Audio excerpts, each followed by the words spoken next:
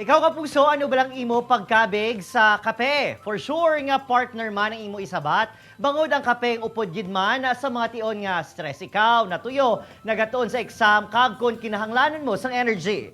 Baw damo gidra sang makarelate kay tilabi na ang isa ka Ilongga nga kape ang ginhimo niya nga material sa paghimo sang i-artwork. Siya mo si Karen Evangelista, gamay pa si Karen mga kapuso, mahilig na gid siya mag-draw. Rason nga nagwa man siya sang architecture ukon, nagkuha man siya sang architecture nga kurso.